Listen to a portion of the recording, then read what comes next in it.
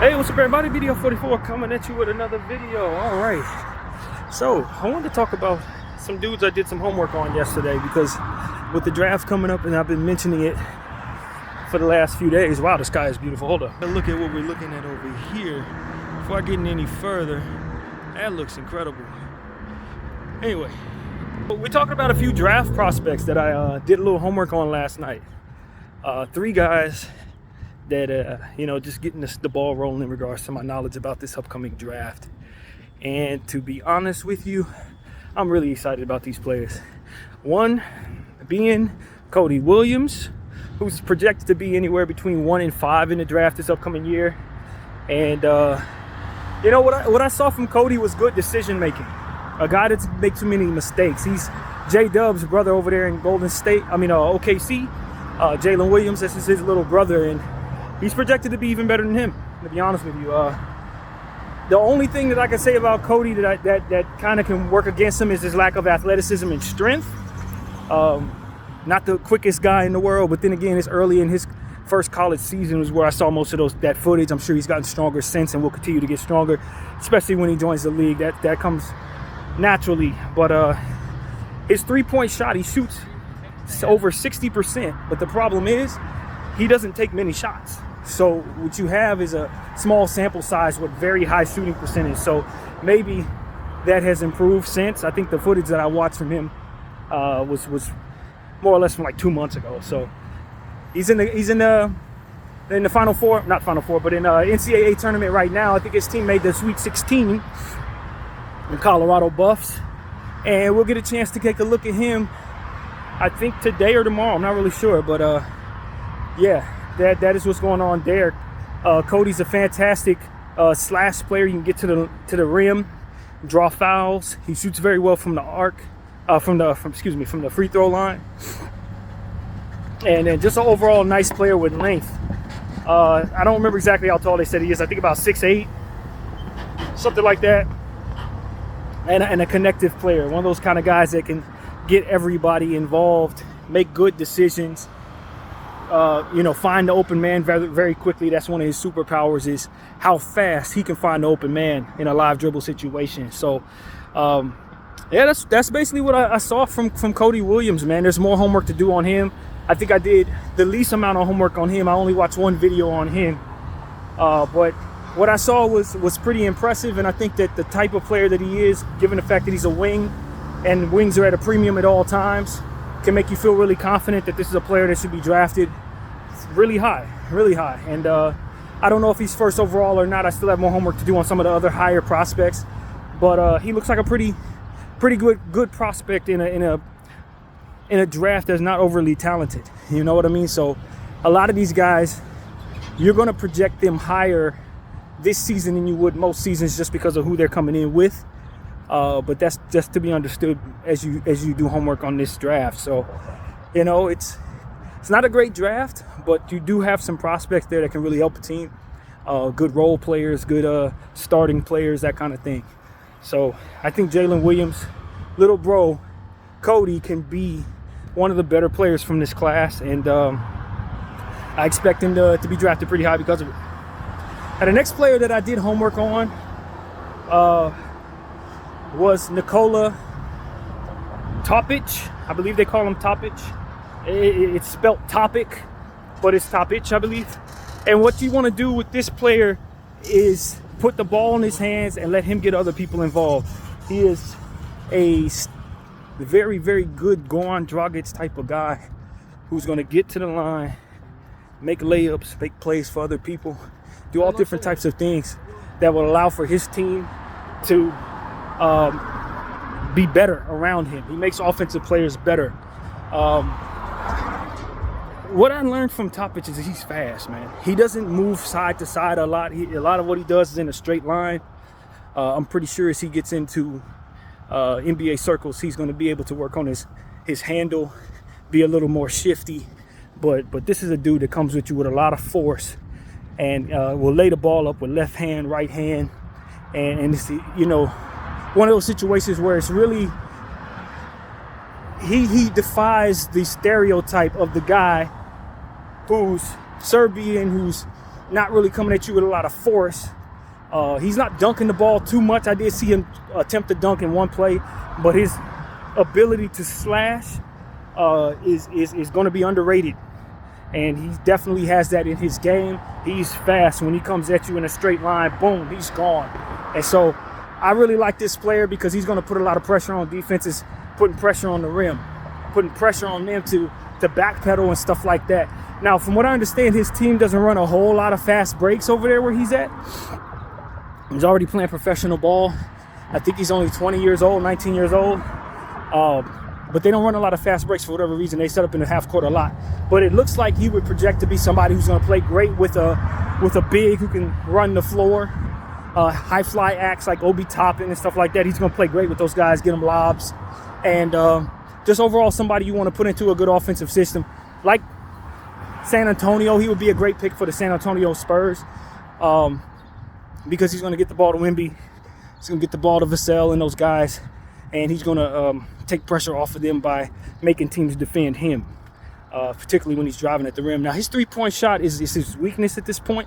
I think he's shooting below 30% from behind the arc. He's going to have to work on that. But other aspects of his game on the offensive end are stellar. He's an 85% free throw shooter, so he's definitely going to make up for it at the line. And he's going to get to the line a lot. I'm going to tell you that right now. He's coming at you. That's what I noticed about this dude. Feisty type of runner. Just straight at you. And he finishes well. As I said, around the rim, he has a gift for finishing. He doesn't suck at that at all. He makes most of his layups and stuff like that. So he's a player you like, man. He's going to be another connective type of player, making other people better. Fantastic passer. Just an overall great floor general, orchestrator, as I like to call him. And so that's the type of player this is. Nikola Topić out of Serbia, point guard. I don't think he's very tall. He's probably about 6'3", 6'4". I'm not really sure. Actually, you know what? No, I take that back.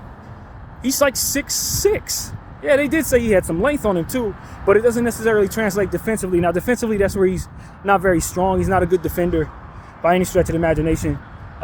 From what I saw in these highlights, he's going to have to really work on becoming a good on-ball defender and just team defender overall. They kind of hide him over there in where he's at, sort of on some Steve Nash stuff. But ultimately, you're not paying him for that. You're paying him to be an incredible orchestrator and somebody who's going to put points on the board, slashing at the rim. So, not overly athletic, but his force on the ground as he runs makes up for a lot of what doesn't come leaping, I guess is what you could say. So I like this guy a lot. I think he's also going to go in the top 7, maybe as high as 2 or 3, depending on the team. A team like San Antonio should not pass him up. I will tell you that. Nikola Topić, if he's available to San Antonio, wherever they at, they should really take a hard look at him. He's probably the best passing point guard in this draft. Definitely that, in my opinion.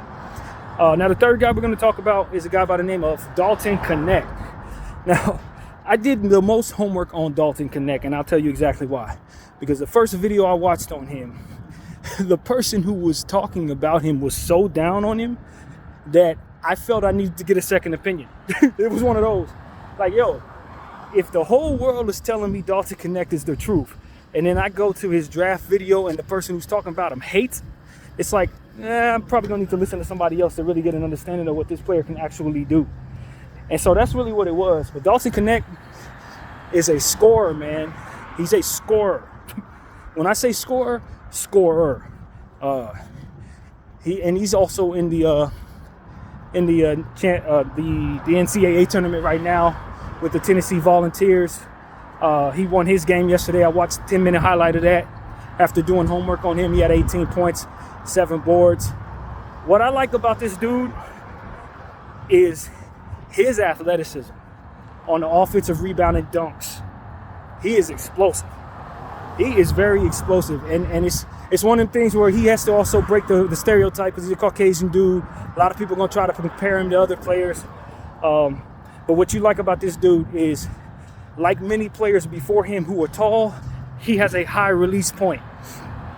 Not very easy to block. He's about 6'8", and he shoots over his head. And he can really score from anywhere on the floor. when we talk about players like DeAndre Hunter, when we first did homework on DeAndre Hunter several years ago, you would see DeAndre Hunter pick his spots mid-range all over the floor. Some guys have their favorite spots to shoot from. Other people can shoot from literally anywhere on the floor. Dalton Knecht's one of those people, from what I saw in the highlights, can shoot from anywhere on the floor. Three-point shot, he's amazing. Mid-range shot, amazing. Inside, strong enough to explode. Not really a layup guy. See, that's the thing.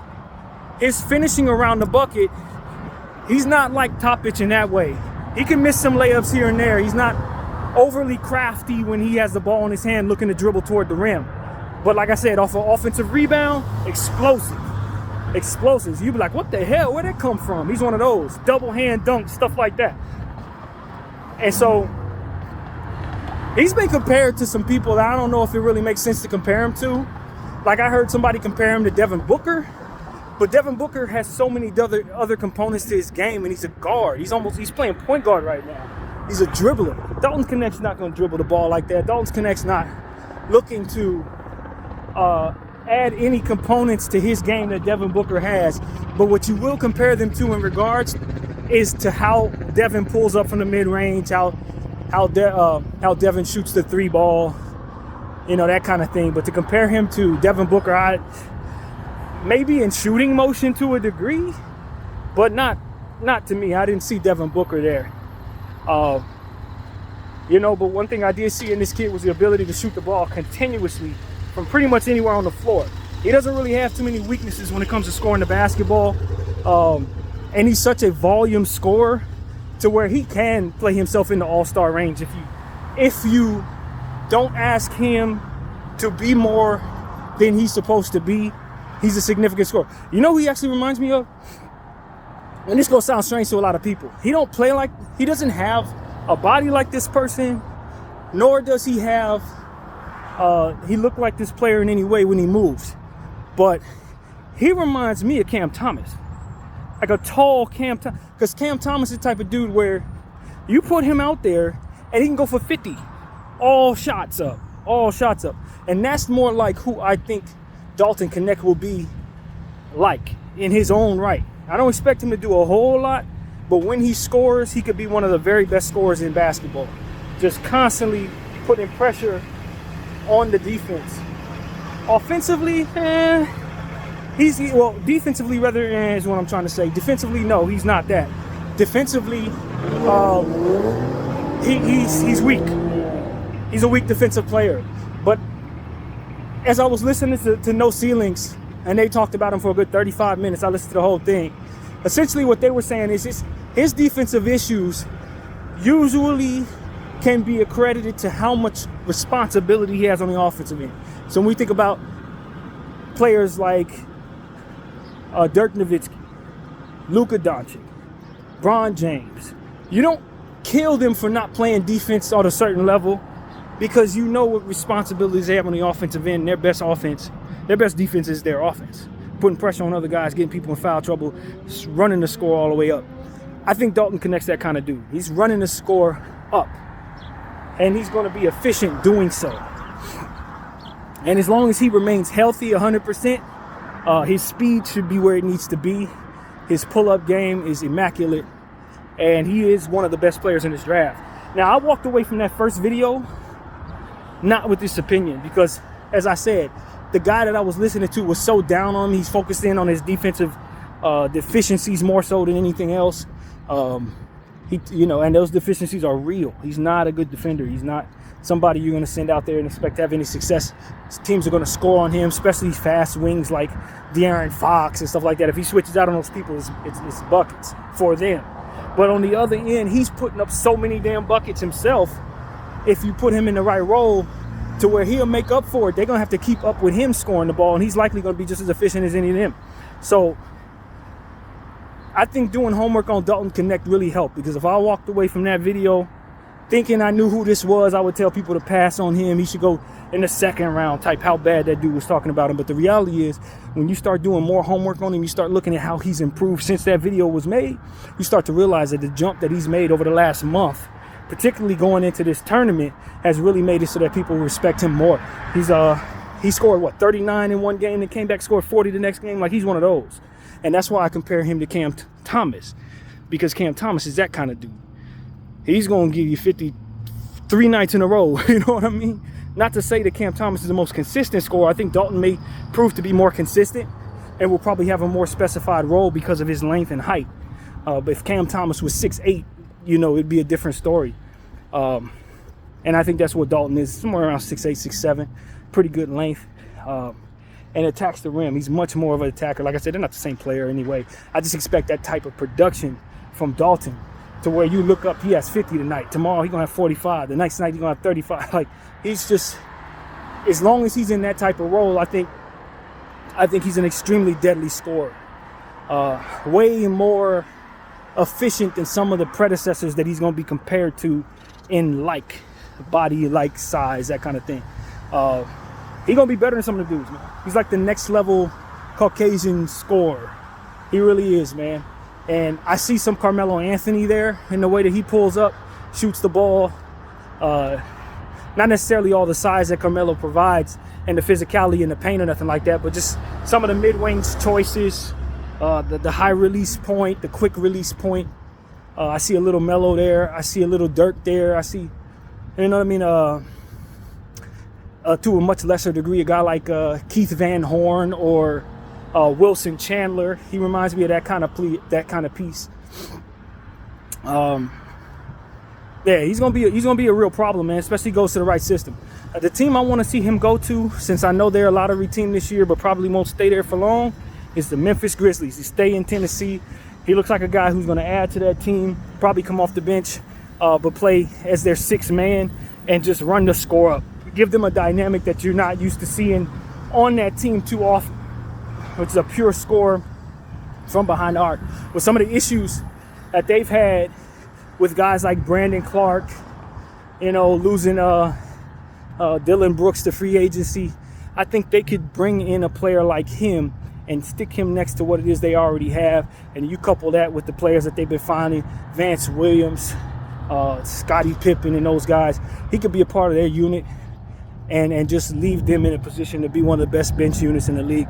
So if they can get Dalton Knecht, I think that would be a great place for him. Now, I ran a couple of some mock drafts, not mock drafts, but simulated drafts on some of these websites that allow you to just kind of simulate. And one of the places that he's expected to go is to the OKC Thunder, somewhere around 12. I think they have the Rockets pick at 12 or something like that. If he falls that far, he would be great for OKC.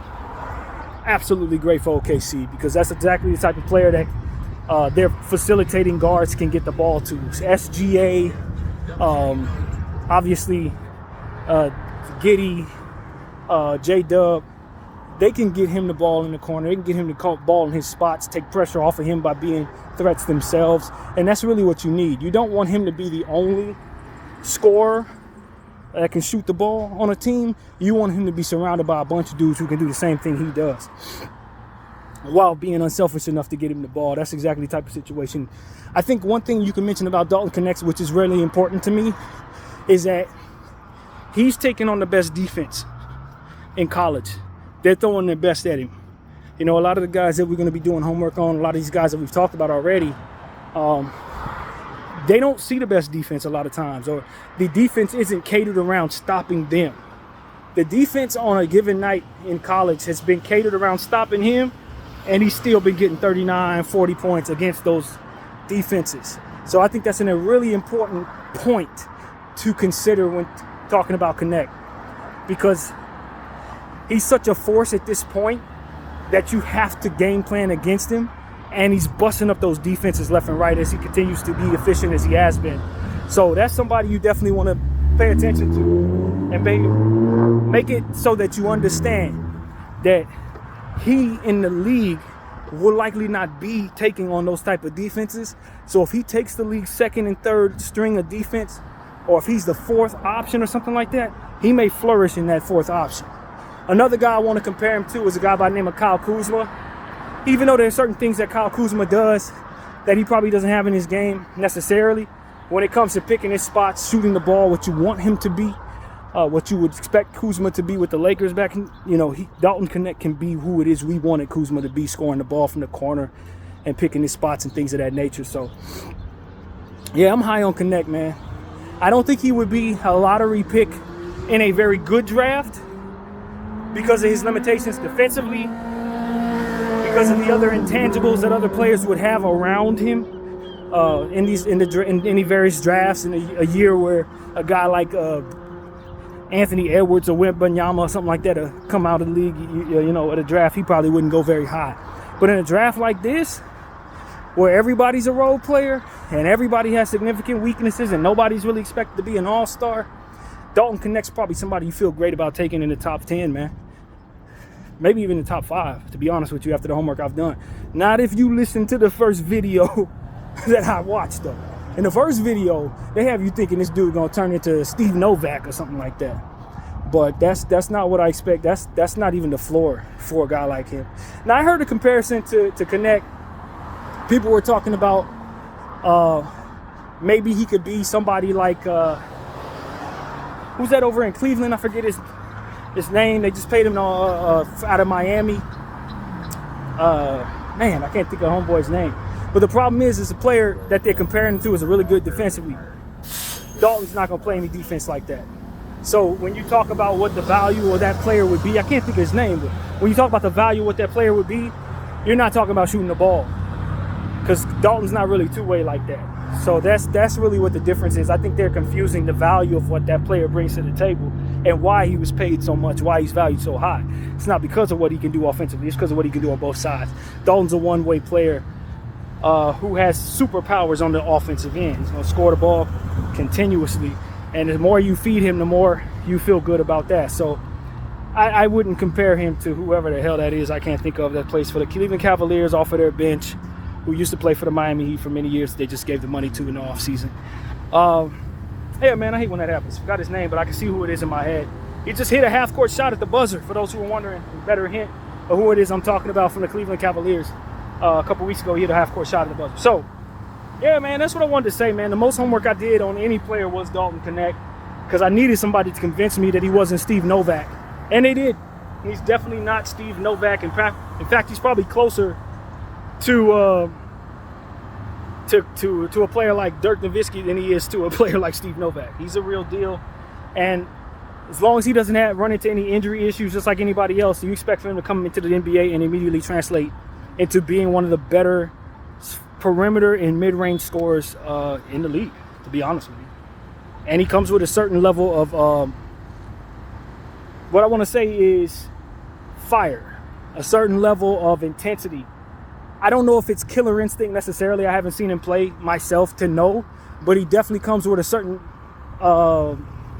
confidence and fire to him, to where you know for a fact if you don't come at him with your best defensive player, he can run it up. He's the type of dude who can score probably 20 points in a quarter on his best night. Like, he's one of those. Klay Thompson is somebody I've seen him compared to. Klay Thompson is a much more gifted scorer, but when you talk about someone who's not afraid to shoot over and over again, no matter what defense you throw at him, Dalton's got that in him. He's got that in him. So, yeah, man, I would love to see Dalton Knecht go to a team that has facilitators that could put themselves in a position to just let him be himself. You put him in there with the wrong coach who wants him to be somebody else, and it can go backwards. But I think immediately, if you put him in there with the right coach and the right set of facilitators, you put him around the right players, and he's going to score. He's going to average over 20 points in this league. So, yeah, man, that's what I wanted to say, man. I wish I would have did more homework on Cody so I could speak this much about Cody. I wish I did more homework on Topić. Like I said, I'm just getting started on my homework, but it was so important. I watched second and third opinions on Dalton Knecht, because, man, that first video, the dude hated him. Dude just didn't like him. That's what it really came down to. He just didn't like the player. And I felt convinced, based on what I was seeing, that I understood all his weaknesses, but they didn't put a whole lot of emphasis on his strengths. And so I watched more videos on the dude and found that his strengths were extreme and should not be taken lightly at all. So, yeah, man, that's what I want to do a little homework on these dudes. I'm going to pick some more players to do homework on, and we'll get back to you on the NBA draft coming up. It's a weak draft, but they do have some good role players and some good dudes that I think can exceed the expectations upon their names. And given how many dudes that we've seen hype up, not turn into nothing, this may be the type of draft where you expect lesser guys and they do more. So that's pretty much what I want to say, man. My name is BDL44. I thank you all for watching. I'm out.